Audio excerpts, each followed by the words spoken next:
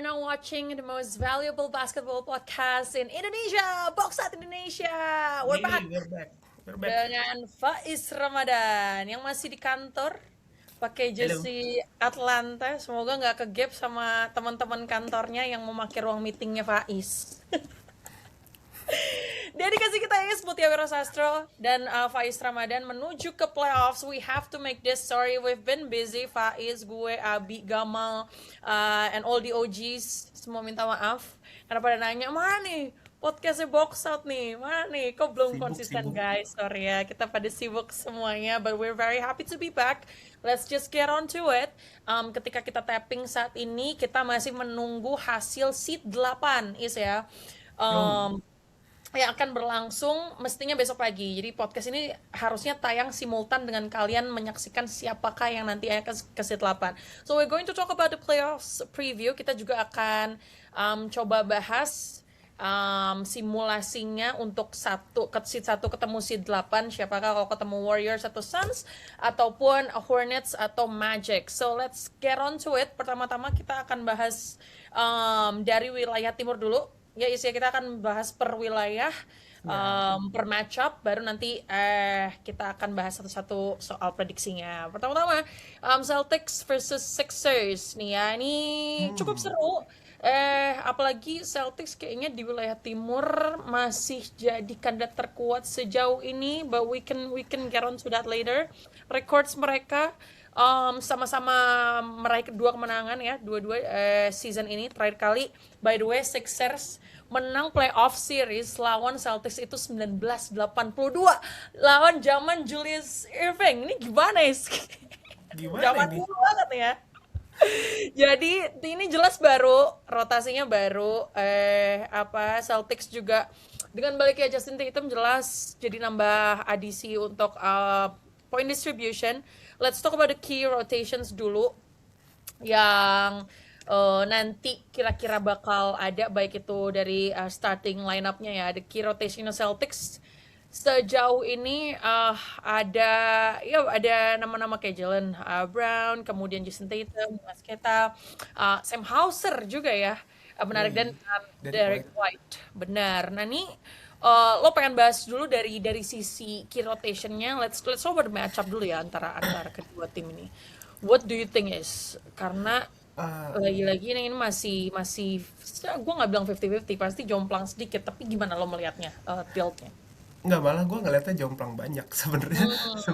Sebenarnya gini, karena kan Sixers itu selalu merasa Celtics itu adalah saingan mereka gitu, rival gitu.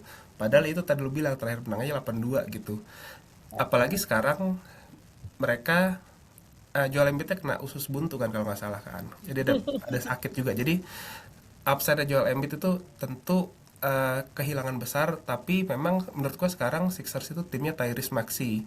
Jadi matchup yang akan menarik banget adalah nanti kita ngeliat Derrick White kejaga Tyrese Maxey, dan ya gimana kita lihat apakah Maxey bisa ngelewatin skema defense Celtics gitu, dimana kita tahu sendiri Celtics itu dipimpin oleh, menurut gua, salah satu Ya. pelatih terbaik musim ini, Joe Mazzulla, yang secara sistematis juga udah terbentuk gitu secara sistem defense dan sistem offense tuh, siapapun yang main even sebelum ada Tatum balik mereka udah sistemnya seperti itu gitu. Dan memang udah terbuat 3 point heavy, mereka juga banyak cutting, banyak drive untuk buat open shot gitu. Jadi gua sih merasa ini gamesnya Celtics tulus. Jadi kalaupun kalah juga karena kesalahan Celtics sendiri gitu. Jadi menurut gue sih ini harusnya cukup nyaman, apalagi kalau Embiid nggak balik cepat gitu.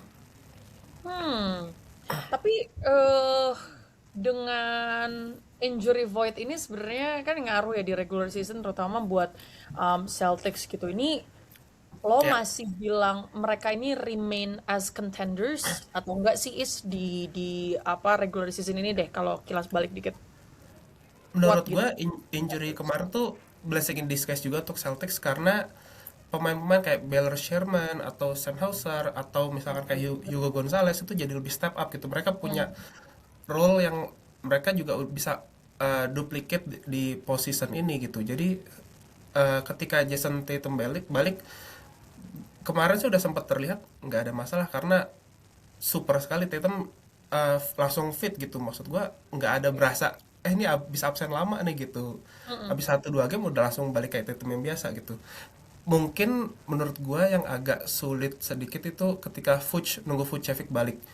Jadi menurut gua satu kekurangan Celtics adalah di big-nya itu agak tipis karena Vucevic-nya kan kemarin sempat cedera jadi belum balik 100% lagi. Cuma memang mereka bisa percaya dengan Neemias Queta yang tahun ini improve banget penampilannya. Hmm, hmm.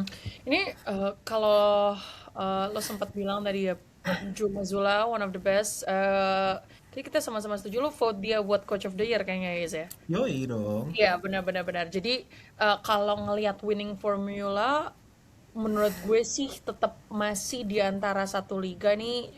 Joe Mazzulla lo nggak usah khawatirkan apalagi for a best of seven series gitu ya. Cuma Ya. kalau lo lihat nih dengan resources yang ada, apalagi Sixers dengan Embiid absen, lo melihat kalau dari matchup ini nggak sih kalau imbang atau enggak ya tadi kita udah bahas sedikit, tapi dengan opsi Tyrese Maxey sebagai scorer, as a point guard as well, lo melihat akan ada jawaban nggak untuk seorang Tyrese Maxey ini, terlepas nih Embiid balik atau enggak, but how to stop the Tyrese Maxey menurut lo gimana?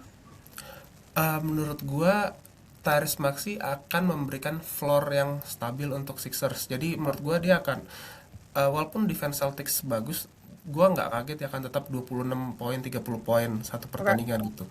Tapi yang menjadi pertanyaan adalah apakah VJ-Edgecombe one of the best rookie this year dan Paul George yang kemarin habis suspensi bisa meneruskan redemption periodnya Paul George itu setelah kemarin cedera dia sempat kayak wah bikin 6 3 point, 8 3 point satu game. Nah, apakah dia bisa melanjutkan itu? VJ-Edgecombe bisa step up di situ dan mereka bisa bermain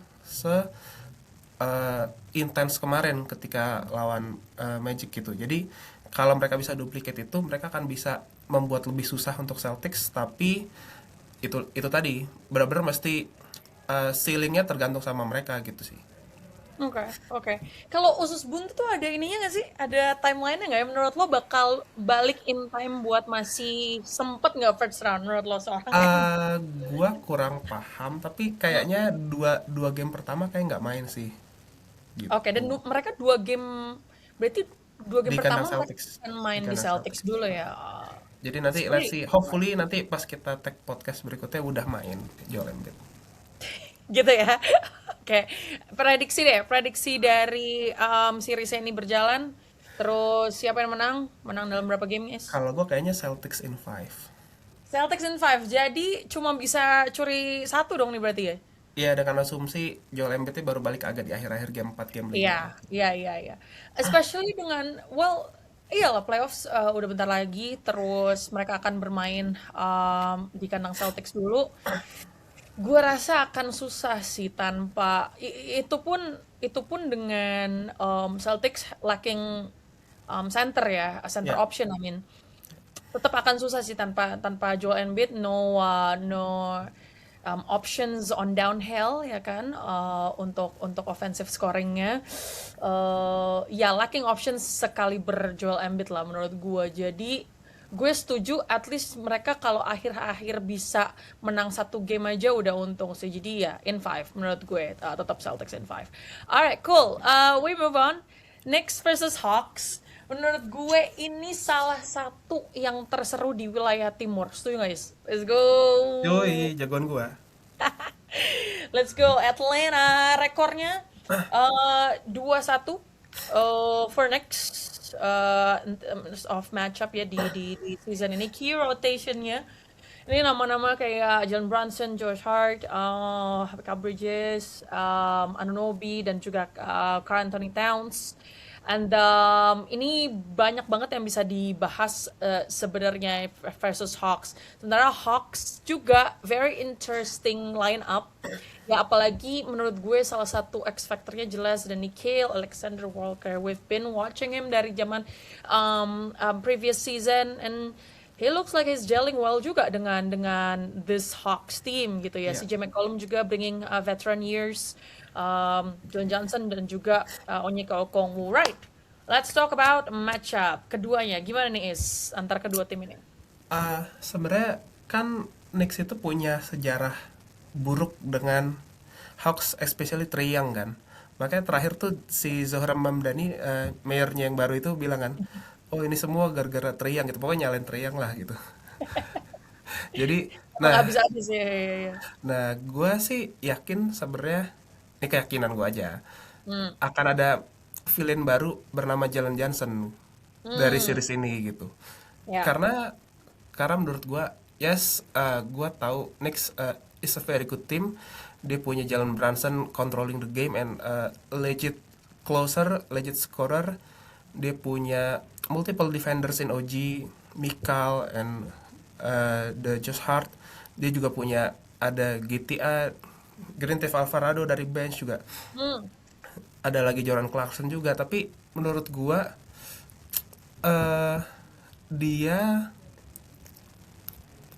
apa ya, punya kelemahan di sisi pick and rollnya Jalen Brunson dan Cat sendiri gitu. Padahal kan mereka dua pemain utamanya, Ya. dan menurut gua sih ini masih belum bisa terpecahkan, dan kadang kadang mereka juga masih punya masalah shooting gitu. Sementara Hawks itu sangat wing heavy dan multiple shot creator, dan mereka juga udah punya skema yang saklek gitu, dimana mereka punya pemain yang semuanya serba bisa nembak kecuali Dyson Daniels.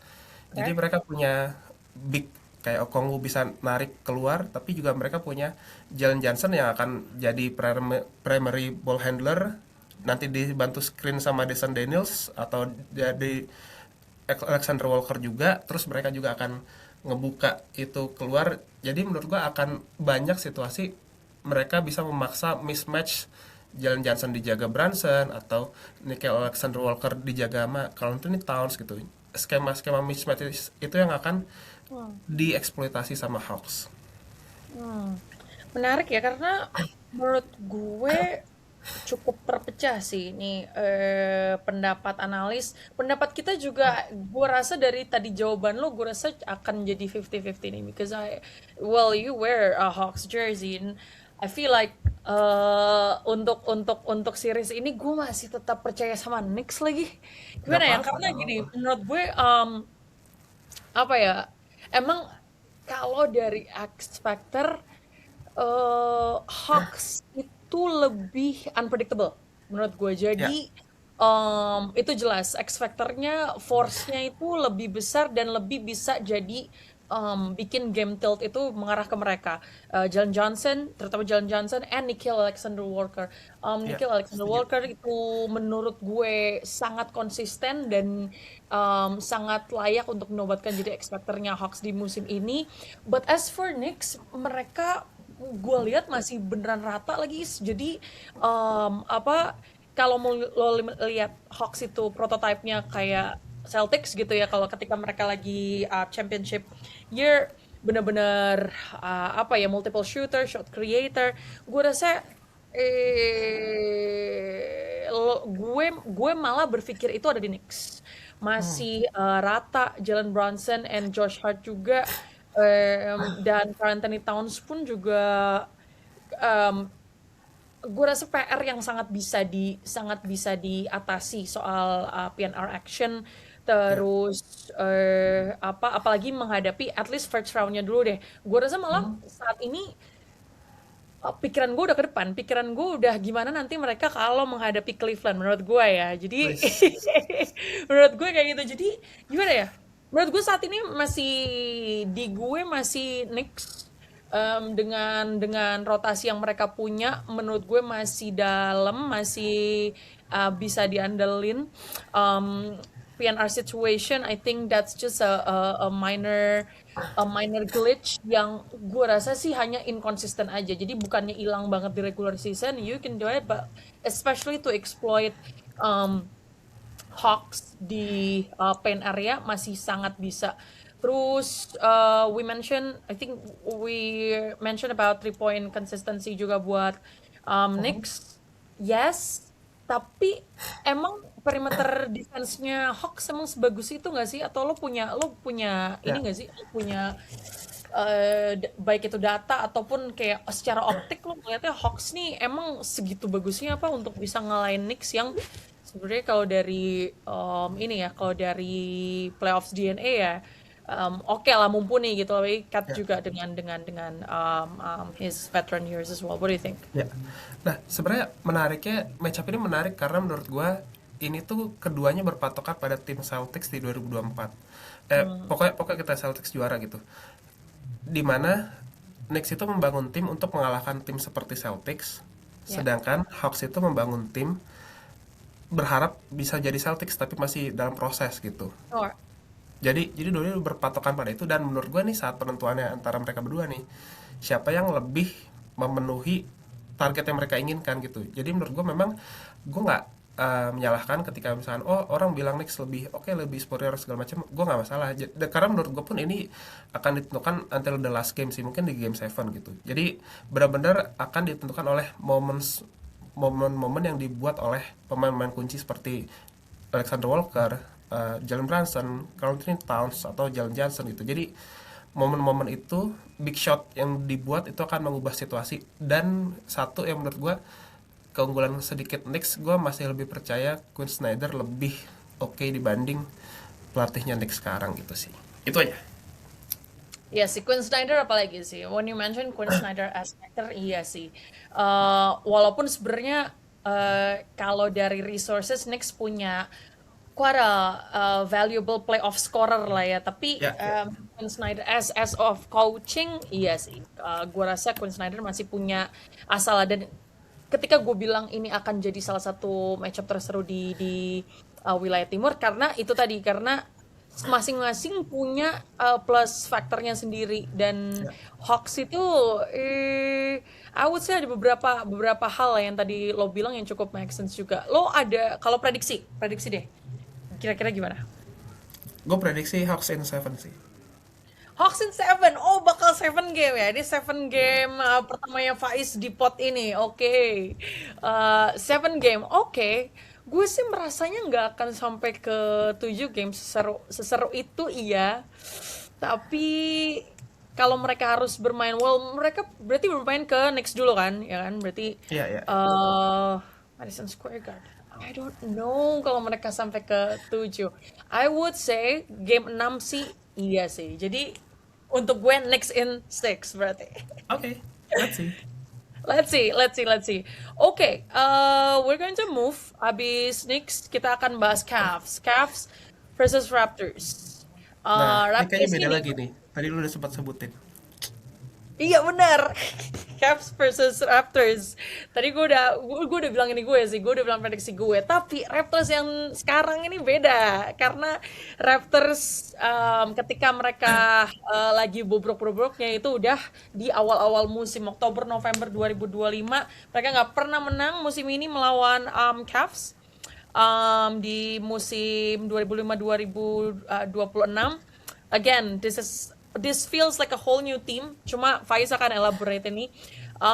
Dengan key rotationnya pun untuk Cavs sendiri, James Harden, Donovan Mitchell, Sam Merrill, Evan Mobley, Jarrett Allen. Kemudian Raptors. You can elaborate deh di sini. Ini apalagi nama-namanya kalau nama-nama kayak Jacoby, Jamal Shead, Mamu, ini bakal gimana rotasinya off the bench? What do you think about the new and improved Raptors team is? Iya.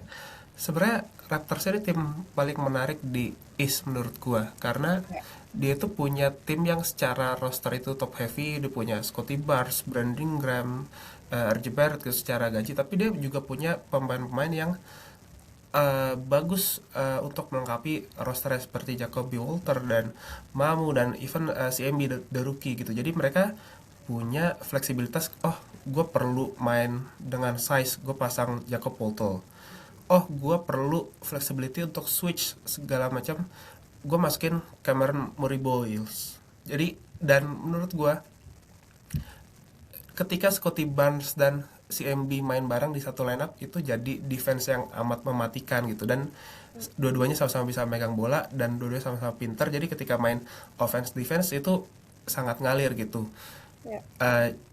Si CMB itu salah satu favorit rookie gue tahun ini jadi Oke. gue cukup yakin Raptors punya flexibility, cuma mereka tetap mesti berharap dari kemampuan shootingnya Emmanuel Quickley dan RJ Barrett, karena mereka tetap punya closer di Ingram, tapi spacing itu ketika playoff makin menjadi kunci, apalagi ketika oh quarter 1 quarter 2 bau lagi, udah quarter 3 4 lo bisa jadi defensive setupnya akan berbeda dan lo kelar gitu di Q4 dan Q3, ya quarter 3 dan quarter 4 gitu. Jadi ketika itu shootingnya mulai shaky, selesai di situ Raptors. Tapi memang senjata utama Raptors di sini adalah defense, dan memang dia sangat kencang di transisi gitu. Jadi menurut gua ini tim yang berpegang pada defense itu umurnya cukup panjang di playoff kalau secara historical gitu sih. Jadi menurut gua Raptors punya peluang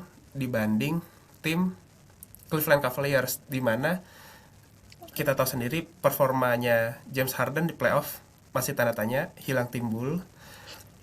Tapi gue memang, ya mungkin gue ada ketidaksukaan sedikit, tapi gue nggak suka dengan struktur rosternya Cavaliers, di mana lo kalau ngelihat dia tuh nggak punya pemain wing yang benar-benar proper bagus gitu.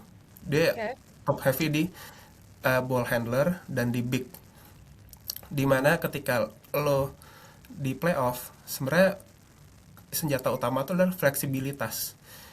Ketika lo, karena kan di playoff tuh lo akan diuji nih, oh gue bikin adjustment A B C, gue kasih senjata A B C, lo bisa nggak menjawab itu gitu. Sedangkan Cavaliers sangat berpegang pada, oh gue punya formula A dan formula B, kalau itu nggak bekerja itu langsung jadi pertanyaan dan langsung agak berantakan tuh. Jadi gue ngelihatnya di sini, selain performa Harden yang, posisi gue adalah gue menganggap Harden menghilang sampai dibuktikan sebaliknya. Oke. Dan menurut gue Cavaliers akan sangat bergantung pada satu pemain kunci yang berhasil mereka dapetin di trade deadline, Keon Ellis. Hmm. Defense-nya Keon Ellis ini menjadi penting di playoff kali ini gitu sih. Oke. Kalau gue memasuki playoff series ini, gue memiliki take dengan asumsi ini James Harden baik-baik aja. Kalau James Harden baik-baik Masih ada aja, caveat ya. iya. Which is a high upside, by the way. Kalau kalau James Harden baik-baik aja, menurut gue ini dengan asumsi dia available, he is playing normally, and he plays like how he is right now di Cavs. Menurut gue James Harden itu bikin layer scoring optionnya Cavs tuh jadi elevated kalau dia bermain dengan benar gitu ya. Pick and roll chemistry dengan Jarrett Allen, terus Donovan Mitchell, akhirnya ibarat kata load-nya jadi berkurang gitu ya dengan kedatangan si James Harden ini. He can freely pick his spots juga lah dalam shooting selections kalau emang James Harden bermain bersama di lapangan. Playoff performance, kalau menurut gue di first round, kalau kalau ngelihat anget-angetannya ya, dia nih angetnya kapan ya, atau bisa all outnya kapan? Menurut gue justru di awal-awal. Jadi kalau lo mau all out sekarang, lo all out sekarang, karena first round is how I see Cavs bisa push through gitu ya. Gue nggak yakin mereka bisa go all the way conference finals. But to be up against Raptors, gue rasa mereka masih punya kans besar sih. Gue bahkan menjagokan Cavs untuk memenangi series ini.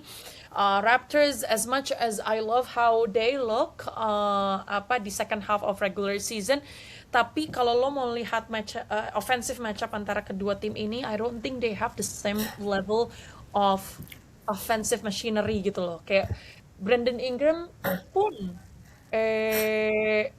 you would argue dia juga masih inconsistent gitu. He's been good as a midi shooter, um, and to a level scorer juga, tapi kayak kita punya dua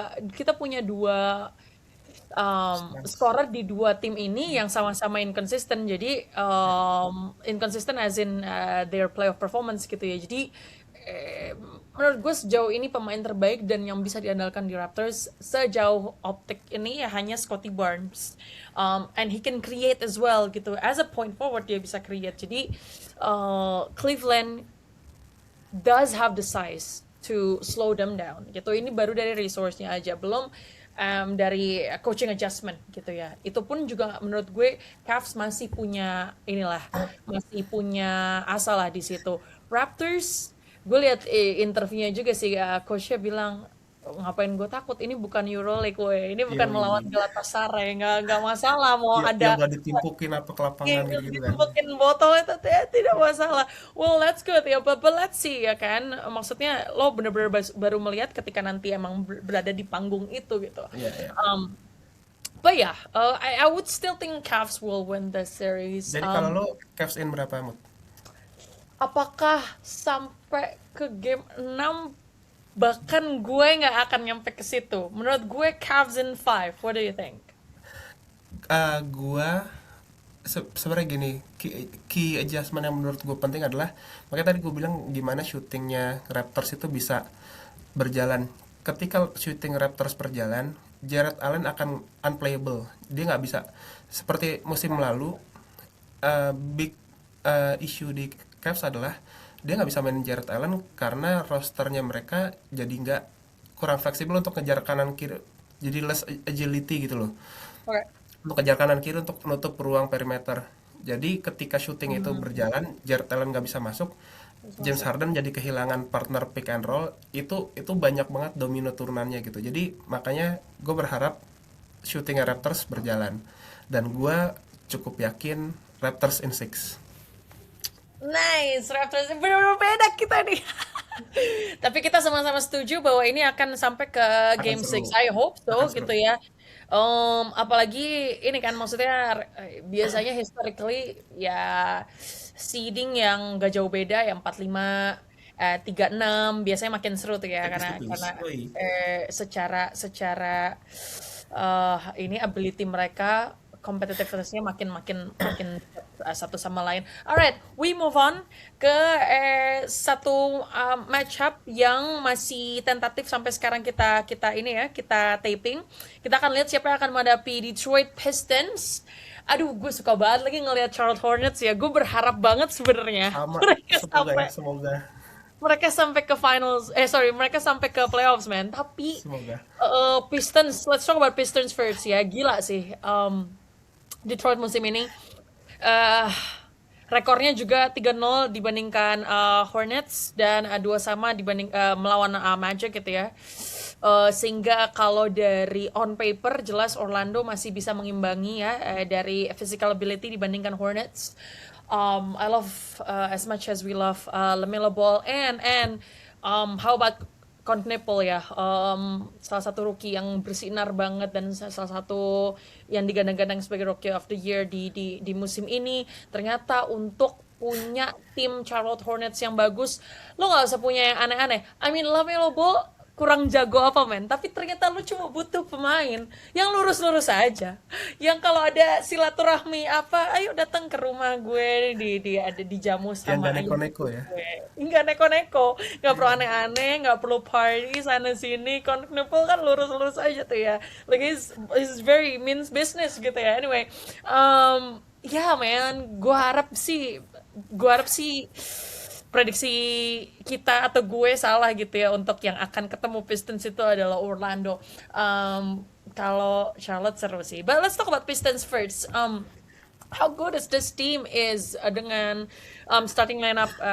Well, Kate Cunningham by the way udah exempt from the 65 game Yeay. ya, 65 game rules dari NBA. By the way, berarti pengumumannya kapan sih kalau MVP tuh? MVP MVP kan nanti di tengah-tengah, tengah-tengah tengah-tengah game, deh. tengah-tengah playoff.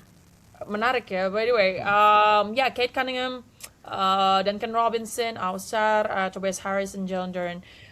Off the bench-nya juga nggak main-main, masih ada nama-nama kayak Ron Jenkins. Holland, Dennis Jenkins, yes, Caris LeVert. Banyak sebenarnya ya. Kita bahas timnya dulu aja deh, Pistons. What's so good about this team is seeding 1, gila sih. Sebenarnya yang jadi rasa perhatiannya si Pistons itu adalah skemanya yang udah jelas gitu, stratanya. Kate Oke. Cunningham sebagai pusat gravitasinya, habis itu dia bisa bermain bersama Jalen Duren, kayak Steve Nash and Amar'e Stoudemire, favorit lo. Dan dari situ ketika tim-tim nggak bisa memberhentikan, dari situ si Kate Cunningham melihat, oh peluang apa nih bisa gua buka gitu untuk Tobias Harris, Oscar Ya, Thompson, atau even gravitasinya Duncan Robinson gitu. Jadi secara skema dia udah ajak, dan dia juga punya twist-twist menarik gitu. Jadi ketika Kate Cunningham lagi nggak bisa, gue kasih Jalen Duren juga bisa playmaking gitu dari tengah lapangan. ya, Jadi ya, kemampuan kemampuan playmaking itu improve banget, dan sebenarnya berkah juga Kate Cunningham sempat cedera, itu pemain-pemain penggantinya seperti Dennis Jenkins yang sebenarnya minimum kontrak, dia bisa step up gitu. Jadi dan even bahkan sering banget double-double, 20 poin berapa belas assist gitu. Jadi sebenarnya dia udah bisa langsung menggantikan peran yang diminta untuk menggantikan Kate Cunningham, atau misalkan pemain lain seperti Ron Holland gitu, kualitas defense-nya juga dia bisa memberikan physicality selevel dengan Oscar Thompson gitu, walaupun tetap Oscar lebih bagus pasti, tapi memang level itu nggak turun jauh gitu. Jadi ya. dari segi itu, even juga ada Beef Stew juga secara defensively juga punya physicality juga. Dari situ sih mereka lumayan komplit menurut gua. Tapi isunya adalah dia Pistons di sini sosok leader yang udah veterannya itu masih kurang banyak gitu. Karena kan di sini bergantung sama Tobias Harris atau Duncan Robinson lah, udah pernah nyampe final NBA. Jadi hopefully Duncan Robinson bisa mentransfer ketenangan-ketenangan itu, leadership itu, untuk mereka benar-benar bisa nggak cuma lolos first round, second round, siapa tahu sampai final wilayah gitu kan. Ya, kita sama-sama setuju bahwa Pistons in terms of physicality ini cukup ini ya, cukup OP dan unmatched lah bagaimana mereka bisa. I feel like talking about Duncan Robinson, you mentioned Duncan Robinson. I feel like with their physicality can get Duncan Robinson open juga gitu, roaming around perimeter gitu ya, which what they desperately needed gitu ya, opsi-opsi di perimeter. Kalau bilang matchup, melanjutkan nih ya siapa yang akan ketemu. Menurut gue as much as on paper itu bakal evens out gitu ya, atau bakal lebih seru kalau ketemu sama Orlando karena hampir bisa menandingi dari matchup per posisi. Tapi kalau ketemu Hornets sih gue rasa lebih unpredictable.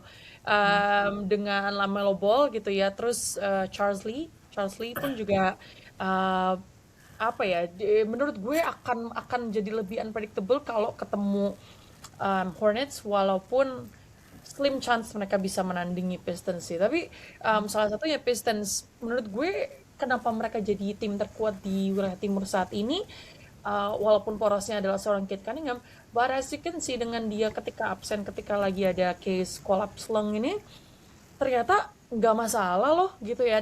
Rekor 8 kemenangan 3 kekalahan tanpa Kate Cunningham proved that they're okay without Kate Cunningham for a while. Bukan berarti mereka nggak butuh, tapi itu komplimen untuk bagaimana roster mereka sedalam itu, sehingga sebenarnya tanpa primary scorer mereka pun juga, atau tanpa sosok kaptennya mereka pun juga gak masalah.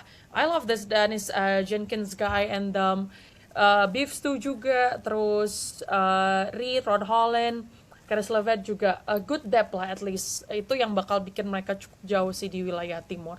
Um, Menurut lo, kalau dari kacamata Pistons, lo lebih milih ketemu siapa? Bukan dari point of view kita sebagai pemain, Iya, sorry, iya. sebagai penonton ya, gimana menurut lo?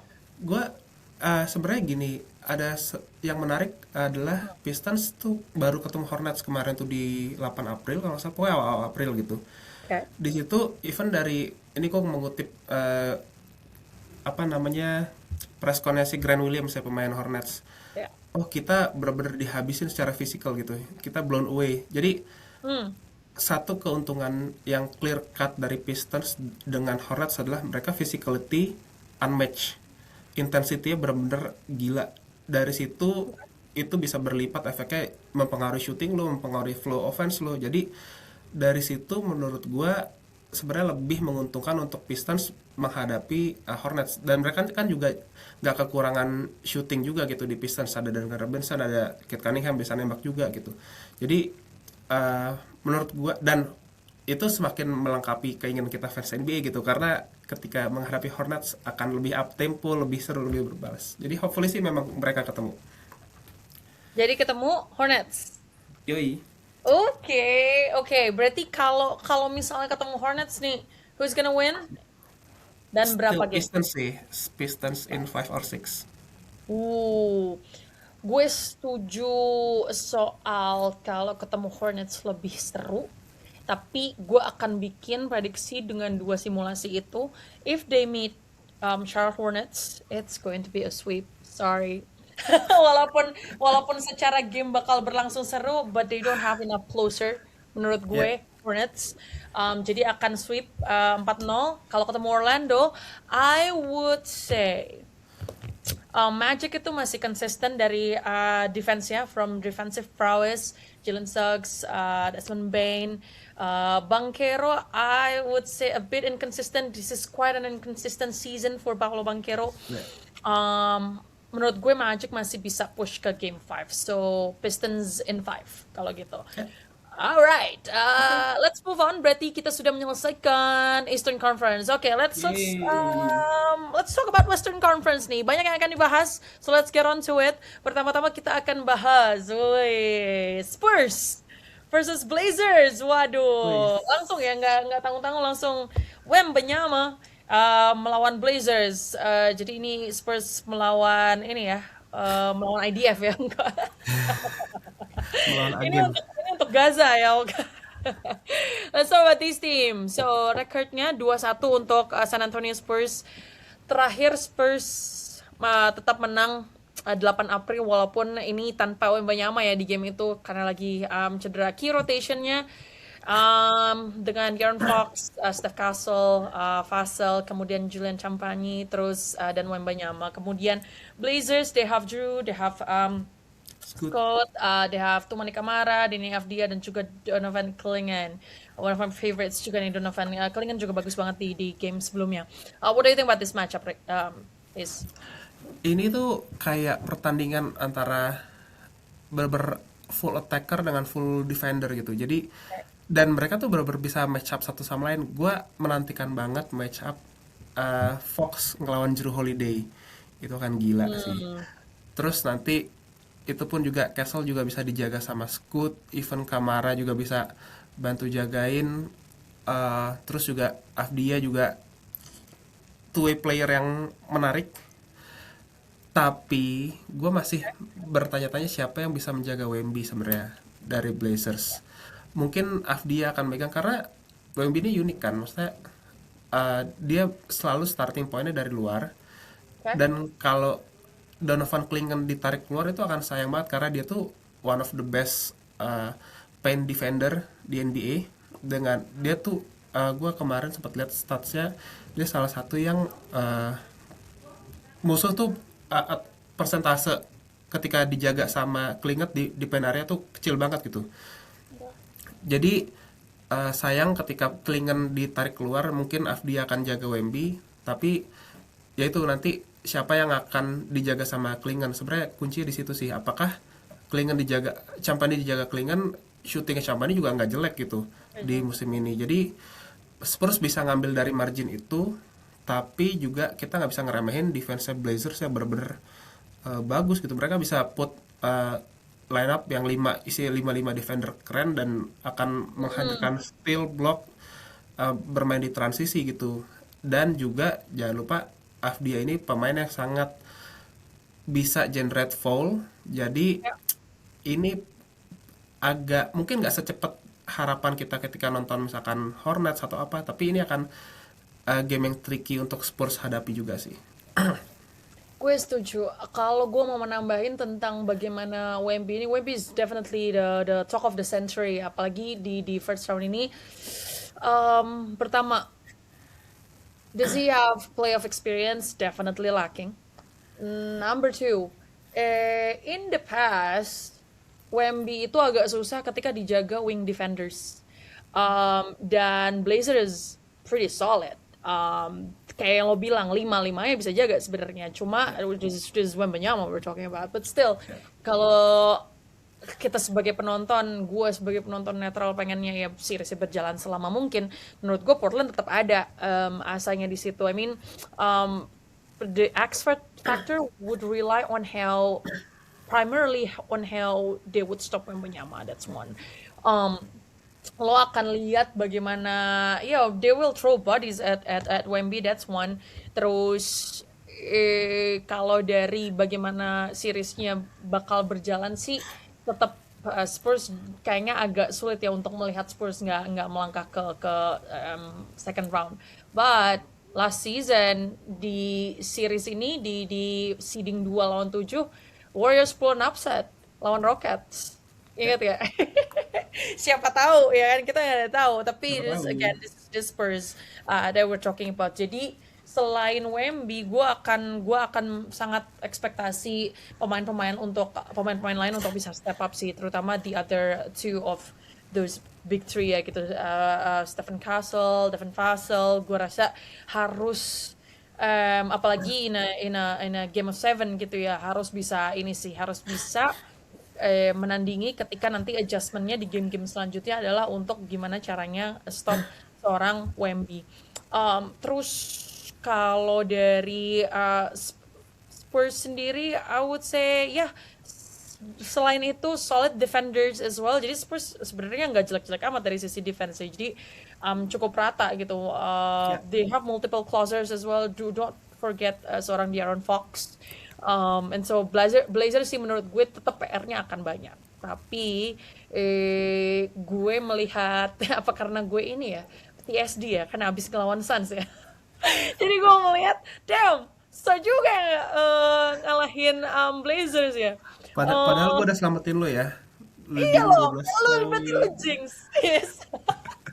Ini kalau teman-teman nggak gabung di grup WhatsApp-nya Box, Faiz tuh kayak selamat ya, selamat at Mutia. Ah no, Faiz ini versi virus terbarunya Amar. Amar juga kan suka ngejinx ya kan. Jadi Faiz ini sekarang adalah jinx terbaru. Sama juga waktu Clippers pun juga kalau nggak salah ya, lo ngejinxin Aji. Iya, itu Clippers harusnya pure menang lah lawan Warriors. Salah Clippers lah itu mah, bukan salah gua.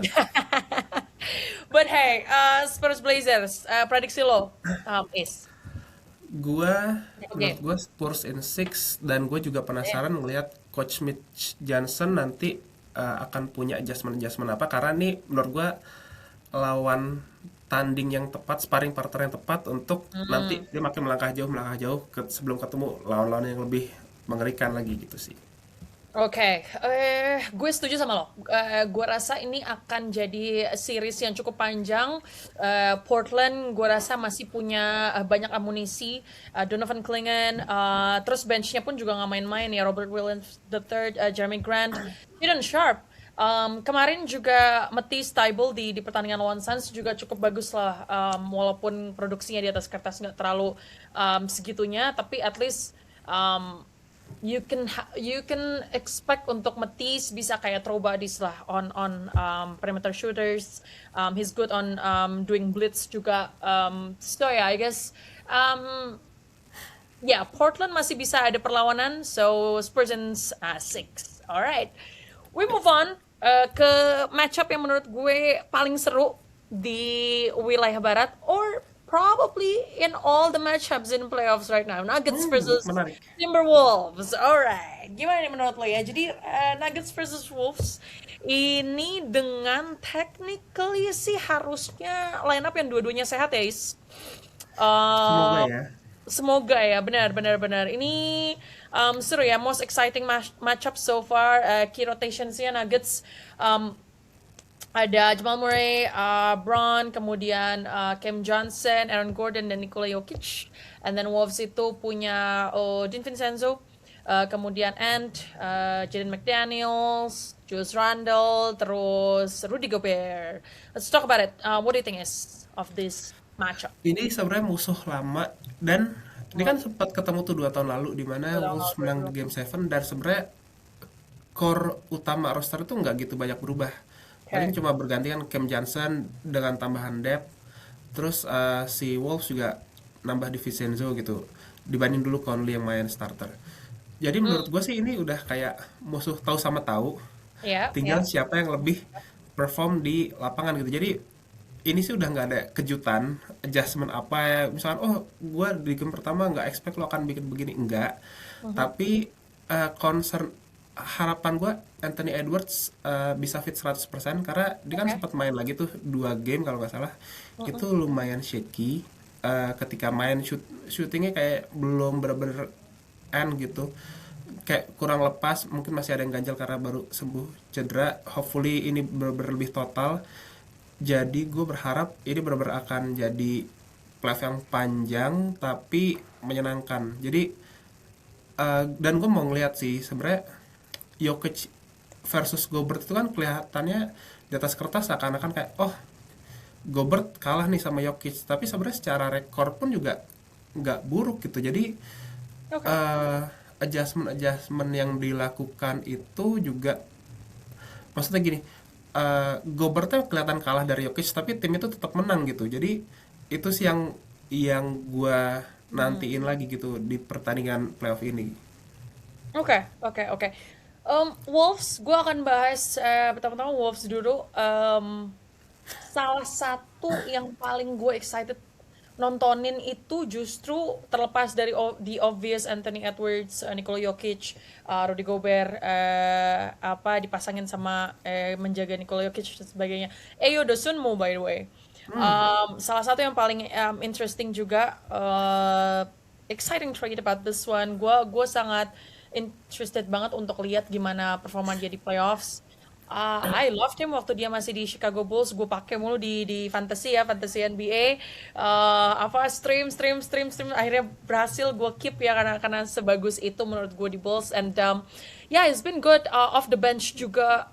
At least at this point dengan matchup yang seseru ini dan Nuggets yang kayak lo bilang sebenarnya if it doesn't broken why fix it gitu. Jadi Nuggets ya masih dengan lineup yang nggak terlalu jauh berbeda sehingga apa yang dibutuhkan sama Wolves kreativitas ya kan gimana caranya you build around Anthony Edwards and I think Edosunmu is such a great upside for this team. Terus kalau dari Denver Nuggets Uh, I would say gue masih agak susah untuk melihat atau gue masih agak susah untuk bet against Nikola Jokic sih. Jadi gue masih belum melihat penawarnya Nikola Jokic di series ini at least.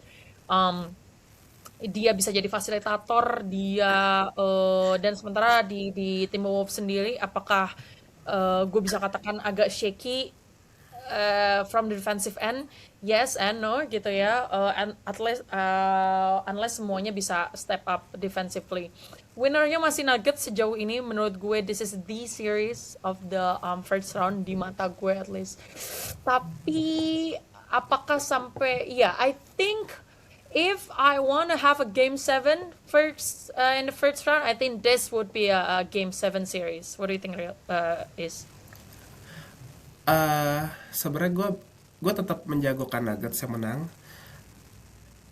Harapan gue sebenarnya nggak nyampe game 7 supaya Nuggets bisa lebih sehat lagi di Ya, second round atau kalau lolos lagi di final round. oke. Karena karena dia dapat uh, bracket tuh yang paling berdarah-darah menurut gue, ketemu Wolves, kalau menang lagi ketemu Benar. Spurs, menang lagi ketemu oke sih gitu misalnya ya misalnya. Benar-benar, Jadi sorry, gue intermezzo nih. Oke sih itu kayak paling Arsenal enak di emang. Champions League. Tapi Bracketnya kok gampang ke final, hey. iya ke final tapi kayaknya nggak juara gitu kan. Enggak. Tapi bener juga bisa juga nih oke sih. Soalnya kalau Arsenal dibilang gampang, tapi mana susah juga. Bikin gol susah juga.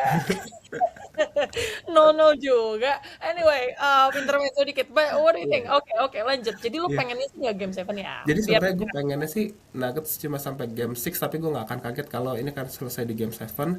kayak Eh, ini bener-bener depending on the margin yang sangat tipis, di mana misalkan kayak oh Cam Johnson lebih konsisten defensively dan shootingnya, atau kayak Tim Hardaway Junior lebih konsisten dalam shooting, itulah yang akan membuat perubahan. Atau Peyton Watson keluar lagi kayak regular season, atau Jaden McDaniels perform two way seperti dia yang dilakukan di regular season, itu yang akan menentukan hasil game ini. Tapi menurut gua Nuggets in 6. Nuggets in six. Oke. Tetap kita sama-sama kayak nggak bisa melihat skenario di mana Wolves bisa membendung seorang Nikola Jokic ya. Oke, 6 games and 7 games prediksi kita. Alright, we move on ke Lakers versus Rockets. Ini juga jadi bahan omongan. Walaupun sebenarnya kalau kita melihat first round, especially first 2 games, apakah akan sekompetitif itu? Hopefully nama-nama yang ya predictable apakah main atau tidak, semoga beneran balik atau ya gimana, I don't know. I think you will have different take on this one. You love Luka Doncic, but to me personally, we've been through this situation before ketika lo maksa pemain untuk balik secara prematur gitu ya, walaupun their seasons at stake. But what do you think about Luka Doncic situation dulu deh sebelum kita bahas matchup? Luka Doncic situation, terakhir dia lagi di Spanyol, lagi masa Ya. pemulihan. Dari kabar terakhir yang didapat tuh, mungkin dia akan lagi mau balik, tapi mungkin baru akan balik ke dalam permainan mungkin di game 4 paling cepat.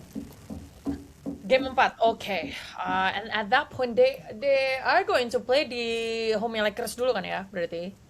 Betul, betul. Ya, 4-5. Right. So, let's talk about it, right?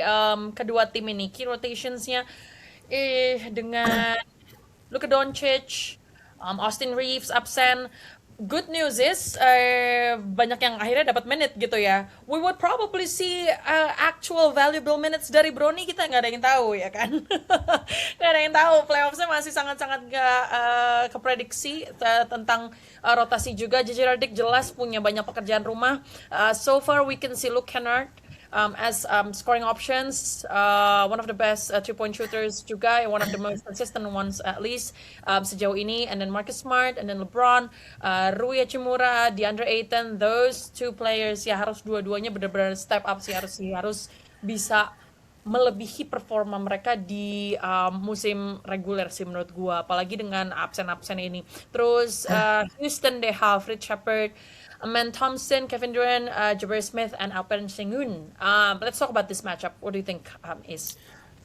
Gua cuma mau membacakan apa yang gue tulis di pointers gue. Keuntungan Lakers adalah dia punya fans yang banyak, jadi berdoanya tuh banyak kayak gitu yang berdoa. Banyak Oh gitu, mendoakan iya. Oh kesembuhan jalur Luka langit. Doncic. Iya, makanya gue gini dari tadi kan. Boleh. Jadi sebenarnya satu-satu harapan Lakers itu adalah dia Ya, dia berupaya di 3 game pertama mendapatkan 1 game supaya oke. ketika Luka Doncic balik itu lebih mudah nggak ketinggalan 0-3 Oke. menurut gua. Oke. Karena uh, we know LeBron James is great. Mungkin lo bisa bilang nanti lo bisa bahas juga yang udah lo tweet LeBron James mesti skor berapa untuk punya. Tapi menurut gua dia sebagai single fighter di situ belum bisa untuk keep up dengan Houston Rockets yang walaupun sempat di tengah-tengah goyang, tapi menurut gua di Ya. 5-10 game terakhir udah lebih tertata, secara chemistry juga udah lebih ngomong. Walaupun waktu kemarin setelah si burner account-nya KD keluar tuh kan sempat tuh diem-dieman gitu, sekarang udah lebih ngobrol lagi, udah lebih asik flow-nya gitu. Jadi harusnya sih ini games Rocket sih. Kalau misalkan mereka sampai nggak lolos lawan Lakers itu memang ada sesuatu yang salah di dalam rosternya Rockets itu sendiri. Setuju sih, apalagi dengan kondisi kayak gini ya. Dengan absen-absen ini, gue rasa mereka at least bisa curi 1 game sih di 2 game pertama Hmm. ketika bermain di Crypto.com. I would say itu mengapa gue merasa seriesnya akan tetap panjang, tetap kompetitif. Hopefully kita tetap masih pengen melihat paman berusia 41 tahun itu bermain sebanyak-banyaknya ya. Walau lo iya bener kata lo bilang kayak nggak adil banget ya untuk apa pengenin dia untuk carry the team gitu loh, yang gue tweet juga ini gue dapatkan, someone did the numbers, ini gue dengar ketika gue dengar potnya WOP, Worldwide WOP, ketika dia bilang, oh I've heard from this bahwa dengan absennya Austin Reeves sama Luka Doncic and with the average scoring and other contributions dari pemain lain, this means LeBron James itu harus average something like 30, 15, 10, and 5. Berarti kalau dari tiga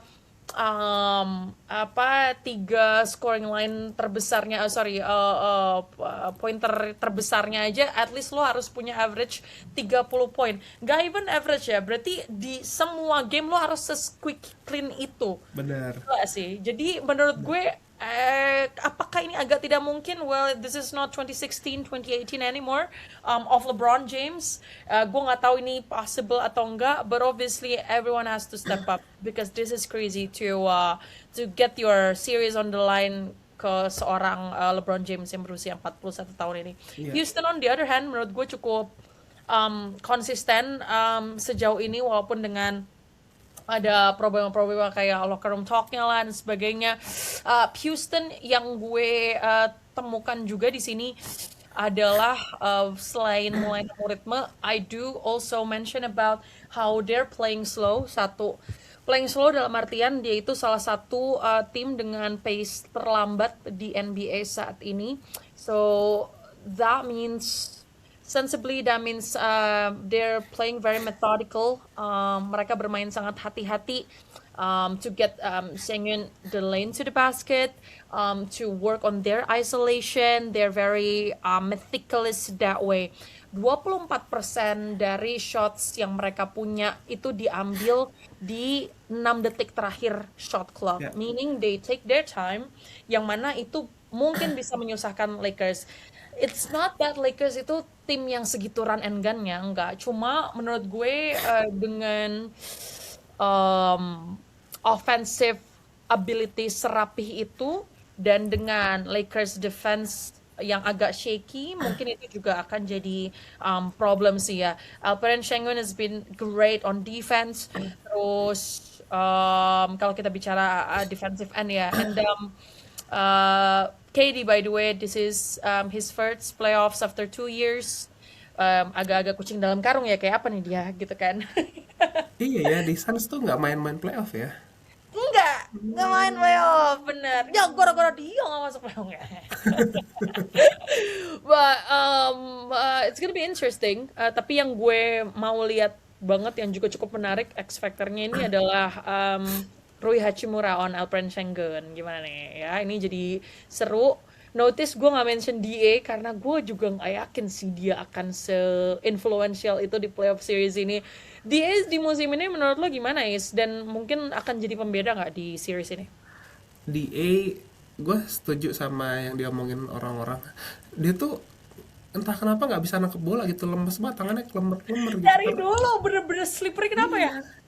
Kenapa ya, Padahal, Mas? Kadang-kadang padahal badannya vertikalnya gede. kadang-kadang bisa menang, vertikalnya menang, cuma kenapa sih? Iya, Emang badan apa gede itu? tapi pas dilempar even cuma lob biasa gitu lepas juga, kayak gue juga heran, kayak kan gue megang juga di fantasi kan, kayak ih gregetan gitu, isinya turnover mulu gara-gara bola lepas, jadi kayak eh tapi gue sebenarnya enggak gitu concern karena lawannya juga Oke. Alperen Sengun, dalam artian Sengun itu juga bukan tipe yang oh nembak tuh udah jago gitu, bisa tapi nggak sesering itu dan nggak sebagus itu persentasenya. Jadi dia bisa lebih fokus ke area defense dia doang gitu. Jadi harusnya sih ini tipe pemain yang nggak sesusah Jokic untuk dijaga sama Aiton gitu. Jadi eh, tugasnya tuh levelnya masih masih medium nih, level yang dihadapi Aiton gitu. Oke. Nah, cuma gue tadi mau elaborate, nambahin lagi yang poin yang udah sampein tadi. Oke. Gue lumayan setuju karena LeBron mesti cetak banyak, karena kan lo kehilangan total Reeves sama Luka tuh minimal 55 poin per game, Per mereka game, berdua ya. total. Jadi mereka mesti ada LeBron nyumbang lebih lah 10, Rui nyumbang lebih berapa gitu. Jadi in total mesti nutupin itu karena kalau nggak bisa menang gitu. Ya. Dan poin tadi terkait sama attempt Houston tim terlambat itu gue setuju.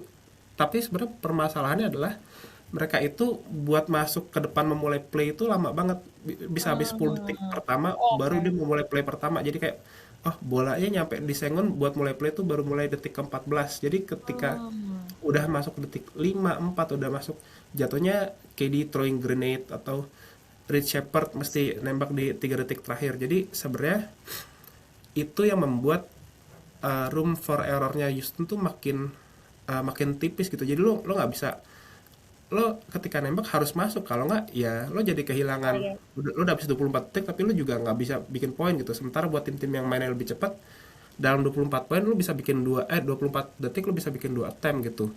Jadi itu sih. Dan sebenarnya room for error Houston yang makin mengecil itu semakin menguntungkan Lakers. Tapi balik lagi, gue cukup yakin dengan KD, dan uh, gue penasaran mau ngeliat sih role Amen Thompson di sini gimana, karena Redick pasti akan ngelepasin dia kalau dia cuma standby di perimeter. Jadi Oke. akan jadi orang yang ditinggal gitu, nggak dijaga.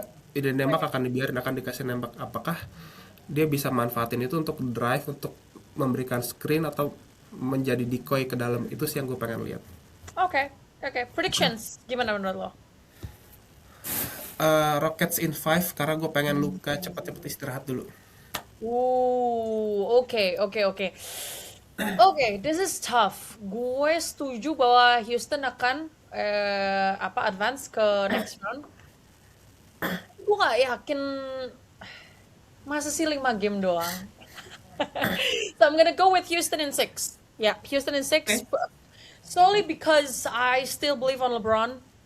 Dia, if there's anyone who can pull up this kind of magic, that will be LeBron. Hopefully. Let's see. Houston in 6. All right, let's move on to the last series. Yang Yeay. seru atau tidak, kita akan lihat siapakah yang akan bisa menandingi OKC Thunder. Ini antara Suns versus Warriors yang gamenya akan berjalan simultan hopefully ketika podcast ini dirilis. Nah, Um, sebelum lu bertanya, gue tanya dulu, lo optimis gak Suns menang lawan Warriors? Wah, ini pertanyaan bagus. Menurut gue kalau ngelihat dari kemarin Warriors bermain, Gui Santos itu nggak akan begitu terus kayaknya menurut Gui Santos bisa bisa kerasukan apa Gui Santos terus Al Horford bisa begitu nggak jelas tapi banyak lagi ininya ya banyak unpredictable ininya sih unpredictable bangs yang untuk Warriors. Suns on the other hand gue harus realistis, gue rasa nggak akan banyak kejutan. Gue cuma butuh mereka nggak fall out aja itu udah untung. Dylan Brooks ketemu sama Draymond Green itu sih yang gue nantikan ya gimana tuh bakal kalau bisa boleh nggak NBA ini adalah exemption mereka dibolehin 9 fouls 10 fouls in a game jadi kita bisa melihat mereka gontok-gontokan itu bakal seru sih. Dan gak ada technical ya, gak ada Gak ada technical. technical. Gak ada technical. Kemarin soalnya kalau saya boleh curhat masa Dylan Brooks kayak clapping boleh. Tapi ketika Iya. Deni Abdia talk back to the referee man. Itu boleh-boleh aja. Ini clapping nggak boleh. Gimana sih? Anyway. Gue masih pede Suns. Tapi bakal tipis banget sih menangnya. Kalaupun um, Curry needs to do the impossible untuk bisa untuk bisa menang menurut gue. But yeah, Suns still, I would say still have a good depth lah untuk menandingi Warriors. Hanya saja menurut gue salah satu problem terbesar kami itu di defense obviously. I think scoring option wise gue cukup lebih pede malah dibandingkan Warriors. Karena lebih rata, tapi defense kayak nggak ada defender sama sekali di pertandingan sebelumnya. Gue kayak nggak punya big man sama sekali. Siapa Oso Igodaro, Kaman Maluah dimainin juga, aduh udah nggak jelas. Jadi kurang. Jordan Goodwin juga ini, I don't know. Gue nggak tahu sih nanti gimana lawan Warriors anyway. So yeah, let's talk about Iya, iya. ini deh, the scenario ya antara kedua tim ini lawan OKC. Lo kalau jadi Nah, OKC lo paling takut ketemu siapa? What do you think? sejujurnya malah gue lebih takut ketemu Suns. Karena Okay. walaupun secara rekor menang Suns apa enggak ya? Lupa. Suns Rekor tuh lawan tipis kayaknya. iya, Thunder 3-2 lawan Suns. Ya 3-2 kan. Nah, Iya, kemudian karena unbeatable lawan Golden State. karena ketika Thunder ketemu sama Suns, mereka selalu ketat permainannya Ya, dan mereka tuh bisa match up size by size gitu loh. Jadi gue sebagai Thunder gue akan lebih khawatir ketemu Suns, dan entah kenapa Suns ketika lawan Thunder tuh 2 kali lipat mainnya, energinya, intensitinya, shootingnya lebih wangi. Itu yang keluar gitu karena merasa kayak wah ini gue harus ngalahin juaranya. Ketika itu langsung mentality Suns keluar. Cuma tetap itu nggak akan membuat jadi Thunder kalah lawan Suns menurut gue. oke. Karena Thunder tetap dia punya di MVP Shai Gilgeous-Alexander, Ya, secara depth malah menurut gue lebih bagus gitu.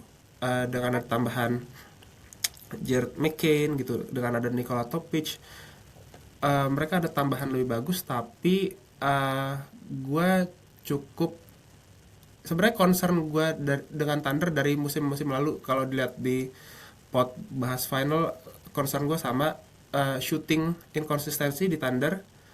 Jadi Thunder oke. selalu punya PR untuk mereka tuh agak kesulitan untuk menembak 3 point di atas 35%.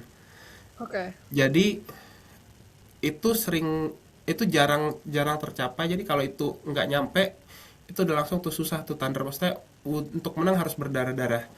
Hmm, Jadi itu threshold yang harus dia lewatin kalau mau menang dengan nyaman. oke. Memang ada tambahan McCain, bisa ada tambahan shooting, tapi eh, di sini juga ada pertanyaan siapakah yang jadi secondary ball handler ketika misalkan Shea mesti duduk. Peran secondary ball handler ini jadi penting karena eh, serangan Thunder itu jadi lebih tidak bisa ditebak gitu, lebih unpredictable. Dan di sini memang mereka mesti berharap dengan AJ Mitchell yang tahun ini bagus banget, tapi Bagus banget. apakah dia bisa ready di stage yang lebih besar gitu. Jadi di situ sih uh, playmakingnya bagaimana, apakah tetap mengandalkan dari Shea dan AJ dan Hartenstein aja, atau misalkan J-Dub, karena J-Dub musim ini kan cukup banyak hilangnya ya, banyak Ya, absen dari pertandingan. Jadi hopefully ketika J-Dub itu bisa maksimal lagi, baru semua mesin Thunder juga akan berjalan. Cuma kalau J-Dub yang masih nggak 100%, terus shootingnya juga bermasalah, itu Thunder akan menemui masalah di situ. Oke sih juga punya Cason Wallace juga Ya, buat bermain konsisten off the bench. I think optic wise this team is quite unbeatable juga ya di wilayah barat. Gue masih nggak bisa melihat skenario-nya gimana caranya OKC nggak bisa melenggang ke conference finals, which that means ketemu siapapun itu baik Golden State atau Suns, I think Thunder will probably make it easy. Probably kedua tim itu cuma bisa merebut 1-2 game, probably 1 game. Kalau kalau ketemu Golden State, I would say akan selesai dalam 5 game. Kalau ketemu Suns bisa lah 6 game lah, ya bisa merebut sepakat, sepakat. merebut dua Gue game gue lah. mendukung Mutia Sans. Tapi maksudnya 6 game Suns menang ya Is ya? Oh enggak. Ya sih, Kalau itu maksudnya berharap terlalu banyak sih, Mut. itu tuh sorry ya, itu agak-agak ya, sorry, tapi menurut gue Suns at least masih punya rotasi yang cukup baik, granted if everyone's healthy dan Jordan Out mainin mereka, karena ketika melihat game kemarin lawan Portland, Colin Gillespie nggak dapat banyak menit, walaupun sebenarnya kan dia di regular season cukup Padahal konsisten ya. jadi kuncinya ya. Jadi Colin Gillespie, I don't know why gitu ya. Terus let's see ya, Grayson Allen, terus Royce O'Neal juga banyak tuh three point ininya ya, three point clinch, saving the Yoi, quarters and everything, big you shot know, ya. shifting the game juga di pertandingan kemarin. Banyak scoring option di luar perimeter, which I think would be something of a homework of for OKC juga. Let's see how Lu Dort going to guard Devin Booker, probably going to be the primary point of attack defender. Let's see sih, bakal lebih seru kalau ketemu Suns. Tapi ini gue di luar subjektivitas gue, kayaknya bakal lebih seru kalau ketemu Suns. Warriors masih sangat bergantung kepada seorang Steph Curry dan health of Kristaps Porzingis yang cukup shaky juga gitu ya, karena on and Iya. off juga, kadang dimainin, kadang minutnya juga rendah gitu ya. Prediksi, kita udah bahas prediksi belum? OKC ketemu Suns sama ketemu Warriors, Faiz Gua nih. OKC ketemu Warriors, OKC in 5 karena Warriors akan sangat tipis di rotasi sementara Oke. banyak banget pemain OKC bisa ngejar-ngejar Stephen Curry, tetap akan nyetak 25-30 poin tapi Ya. akan kecapean di seluruh pertandingan. Tapi ketika lawan Suns ya hopefully sampai game 6. Yeah, that's right. Gue setuju banget. Tapi again, kayaknya di series ini oke sih di bracket ini sih harusnya oke sih diuntungkan ya, Is ya. Kayaknya kita Diuntungkan ketika banget. asli ketika nanti take pot lagi kita nggak tahu sih seberapa jauhnya berjalan. Tapi kita semoga ini ya, Is ya, kita bisa update terus Semoga gimana semua. playoff berjalan karena seru banget. Hopefully kita bisa lebih konsisten, guys. Thank you so much for pushing us to make more contents. Thank you for the love, the retweets, the comments, the replies. Rame loh by the way post yang kita bikin, yang All NBA team rame Prediksi. juga tuh. Walaupun pro kontra banyak ya. Tapi gak apa-apa, Banyak. bagus. Orang berkomentar ya kan, punya komentarnya Beropini kan sendiri. kita membebaskan opini. Bener, Kita membahas kita opini. nggak membungkam. Oh, kita bukan. Nah. Nah, Well, thank you so much, Is. Thank you so much, guys, for watching. Ini udah 1 jam lebih. Thank you if you're sticking up with us. Sorry karena lebih dari 1 jam, but this is such a hot topic. Karena playoff sebentar lagi akan bergulir, sesaat lagi bahkan postseason bakal selesai play-in-nya. Kita akan lihat siapa yang akan ada di seeding 8. But let's see who's going to get to the next round, especially when we're going to take another pod. Hopefully next week. We'll see you next week. Is Mutia signing out on behalf of bye bye. Abi, Gamal, and OGs. Bye bye. This is Box Out.